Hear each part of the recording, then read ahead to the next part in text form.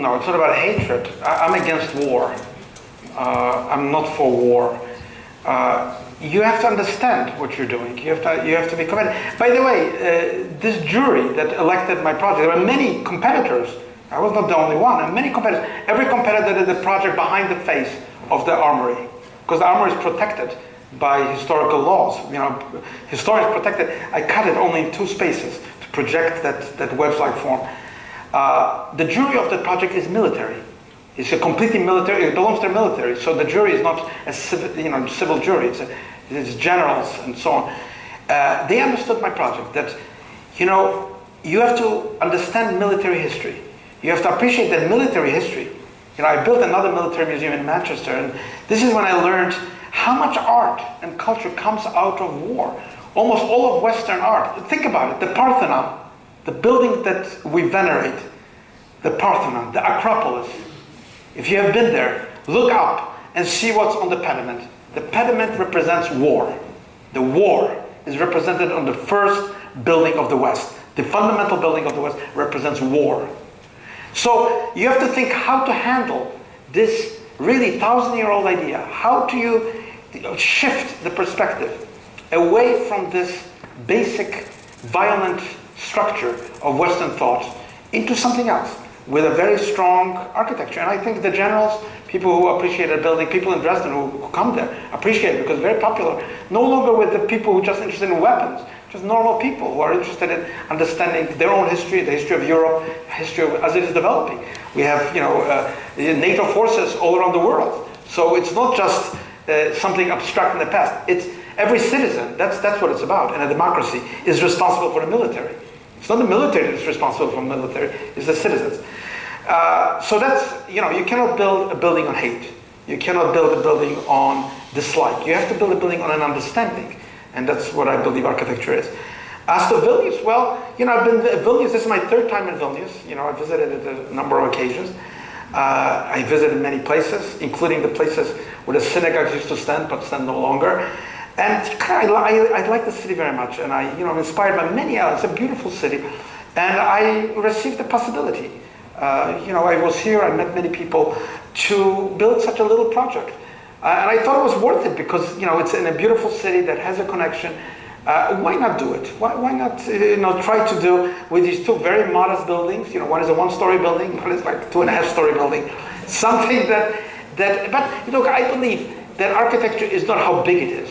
It's, its meaning, its soul makes a building good. And even a small, modest, they will be clad in wood with some metal accents.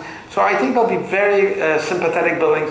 And buildings that will really invite people not only to ski, but to come together, for a cup of coffee, performance, an event, a public art show, a musical performance. I think it's going to contribute in a positive way. Thank you.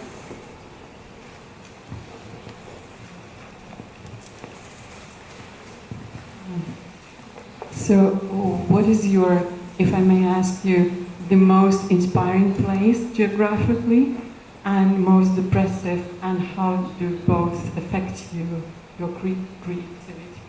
This is a very good question. When I'm in New York or Vilnius or Tokyo, Singapore, Berlin, Ohio, everybody thinks that they're in the center of the world. Think about it. So I started thinking about it. If everybody thinks they are in the center of the world, the center must be elsewhere. And so I started thinking very differently, that these mutually exclusive claims to be in the center of the world must be false. There must be center elsewhere. Where is the center? Well, it's certainly not in a geographical locality. It's in the world of the spirit, in the world of creativity, in the world of connections that are hardly able to be summarized by the internet. So yes, I think it's a very good thing to think about where we are. Since if you travel just a little bit, you discover that everyone has the same claim, no matter how small a place. You can go into a village, and I've been to villages where people thought that was the center of the world. Now I know that Vilnius is geographically the center of Europe. But nevertheless, it's not just the physical geography that determines centrality. So I think whenever, if you're an artist, an architect, a thinker, a city planner, you have to think, what are you doing? What is its significance? And how is it connected to this illusory idea that you're in the center of the world? Now, the world is becoming more global, definitely, much more global. But I recently became aware that there are really only 5 global cities, and not one of them is in continental Europe. By global cities, I mean cities whose economy is greater globally than locally. And those are cities obvious, New York and London, Hong Kong, Singapore, Dubai. The only 5 cities in the world whose economy is bigger globally than locally. Now that makes you think, why? Well, they can communicate easily, they've got good airports, they speak English. There's a connection between the globality, and the world is in competition. Even smaller cities like Vilnius have to be able to compete in the 21st century. Cities cannot just give up competition because they will die or become museum cities, which is also not healthy. As you know from Venice, how difficult it is to maintain a city that doesn't have a true workforce, that depends only on external support. So, think about it. Think of the competitiveness of cities in the 21st century. Why nation states today are much less important than cities. It's true. Who cares about nations? That's kind of the idea of the 20th century is kind of seemingly gone. Only very regressive places are about nationalism. Putin's Russia or, Erdogan's Turkey is about national. But the world has moved beyond. It's more about Istanbul, about cities doing things. And of course, that's a very interesting kind of reinvention of the urban life and also of culture. Because culture comes really from meetings of people. And people meet in cities. They get jobs in cities. They can change jobs in cities. They can get educated. They can even encounter somebody very, very strange and different from them, like an immigrant who doesn't speak the same language, and learn something from them. So that's, I think, what it is. Some more?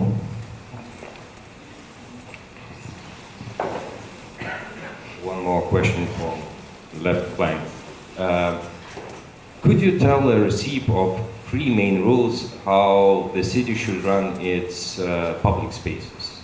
Who is involved and how it should? Well, look, we live in New York, ground zero. It's not done. It's in a capitalist. It's in a normal market economy. You have to try your best to steer the awareness of the public, participatory public, to the need for public space. And I think what I want to say is that public space is not an extra. It's not something you do, give a little more. Because once you don't do public space, or do the wrong public space, you have no chance to fix it. Whether it's a street formation, whether it's how the neighborhood is organized, or whether it's a public piazza. Now we know from Vilnius, the old public spaces, generous, the churches, they always had a sense of publicness. But in a modern capitalist society, or any society, there is much more pressure on using up the public space. So that's what I said, you have to forge a consensus among politicians, economists, business people, children, working mothers, the need for public space, which of course is always under threat because people want to gobble it up, use it up for private reasons. But that's why I think that's what architecture is. It's primarily, and at ground zero, as I tried to show, it was not about the aesthetics of building. It was about the ethics of public space. I don't care if a building is slightly different and looks slightly different, which seemingly most critics care that the building is like that or like that. That's minor. What is major is how is the space structured. I'm very proud that in New York, since I started working on this project, 70,000 people moved to Lower Manhattan. When I was first there was nobody there. Everybody moved out. Nobody wanted to be near a destroyed piece of the city.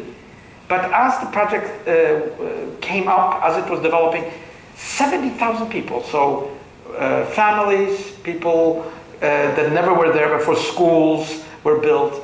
I mean, it's a completely redefining, it's a rebirth of Lower Manhattan. It used to be just these narrow streets of Wall Street and nothing at night, just an empty financial sort of center. And now it's a vivid neighborhood, probably the hottest neighborhood. And it's just underway because there are hotels, there are restaurants, there are cultural activities. It's booming, and it's booming because of the public space. Now, I didn't have in my authority to put housing there. I would have put housing if I was the mayor of New York or the governor. I would have said also build housing. But I tried to create a neighborhood, a sense of neighborhood, that this is kind of a center of a neighborhood. Of course, still things are missing. Performing Arts Center, I hope will be built there, which is part of my plan. And other things, but it's a matter of time. It's a matter of information. You have to really work with people. And I always say a project is protected as long as it has participation of the public. I like involving the public. Most architects don't. They prefer to make a deal with politicians. I like to work with the public, and I think that's the only way schemes can move ahead. Whether it's in China or whether it's in the United States or whether it's in Vilnius, that's what I believe. Thank you. One more. First of all, thank you very much for visiting our big city, to Central Europe. Thank you. And thank you for your time and attention. And it's really a pleasure to have you here. Thank you. So the question is, you mentioned that parallel between the music and the architecture. Maybe somehow your creations are related with some particular composer, and which one is the favorite for you? Thank you. Well, that's a difficult question to answer. In Berlin, it was completing an opera. If you go to the Jewish Museum in Berlin and you walk across the void and you're aware of Moses and Aaron, the opera Moses and Aaron, which I highly recommend you listen to. It's one of the great operas.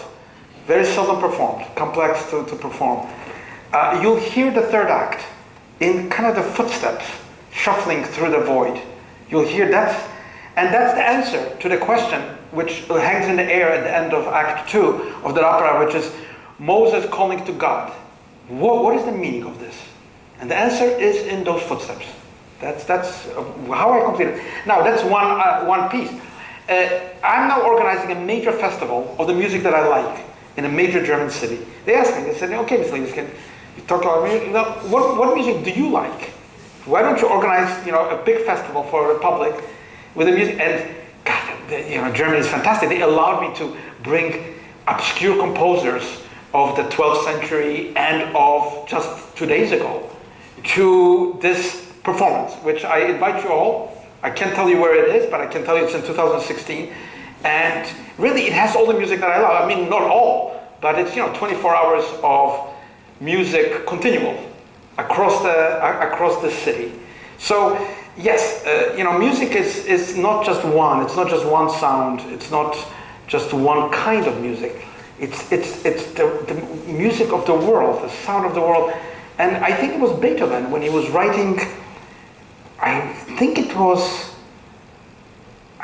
one of his symphonic works.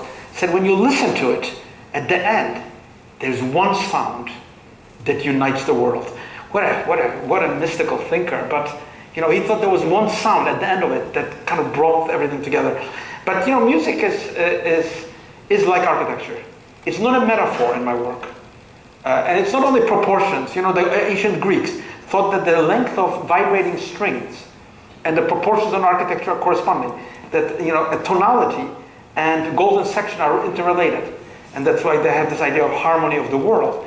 But today we have post-harmonious music. We've got postmodern music. We have music of composers that I love, like Helmut Lachenmann, where I sometimes turn it on and people think there's just a noise on the street. It sounds like the noises of New York, but it's very well structured music, not sentimental, beautiful music that brings sounds that are not produced by the labor of musicians.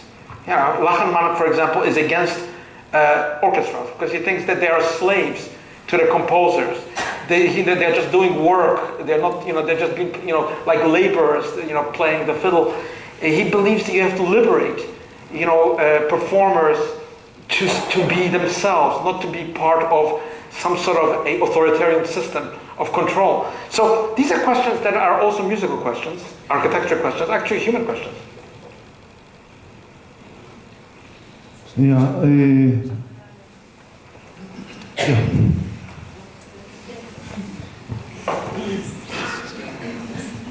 Thank you for amazing lecture. Thank you. I wanted to ask about atmospheres in architecture. So firstly, are you thinking about atmospheres in your architecture? And if you do, so what do you think, what creates the atmosphere in the place? It's a great word to use, atmosphere, because there is no definition for atmosphere, not even out in space. No, you can't think of atmospheres. You have to think of architecture.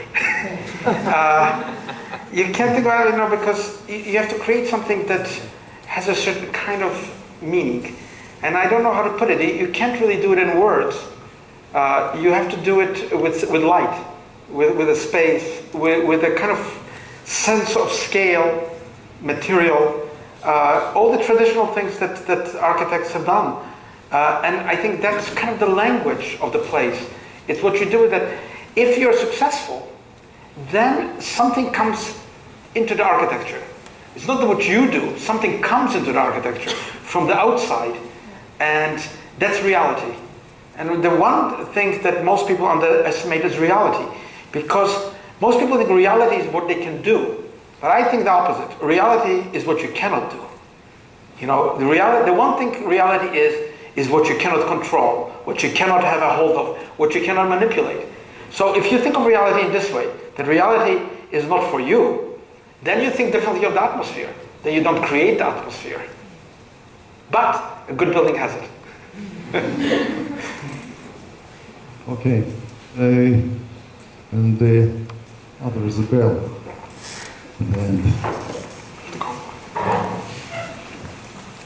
I think that has to be the last one, because unfortunately we have to catch a flight. Okay. A few years ago, you said in the interview for the Lufthansa magazine that people are tired of boring buildings. Can you name few examples of not boring buildings, not of yours? Well, let me say this. There is a change in the world. People have rediscovered that architecture should not be done in some sort of office and then suddenly appear on the street. They've discovered that architecture is for them. And it's like kind of a renaissance. Everywhere I go, whether it's Asia, I'm now building in Africa, people are aware that they don't want anymore the kind of architecture from the 20th century that was kind of formulaic. They want something interesting. And what I mean by interesting is fundamental. It's a spiritual sense. Think about it. We know that cities have come to an end not because of wars or catastrophes. We know that cities have come to an end because people lost interest in what those cities were doing. I mean, Rome didn't die because of an invasion. It died because of a spiritual monotony. People just didn't want to go to the baths anymore and watch gladiatorial combat. They would rather follow some Eastern religion of somebody who died on a cross. So let's be clear here that interesting is not an extra element. Interesting is the human interaction, emotional, intellectual interaction. And I think globally we can see in all cities a desire to move forward.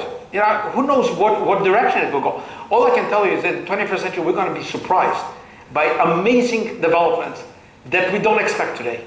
Even in cities that we already well know. Of course, cities change. Europe is different from North America, or South America, from Africa, from Asia. But I think the new generation of architects, which is you, I think will produce things that we cannot even predict today. And those will be the things that interest us. Thank you.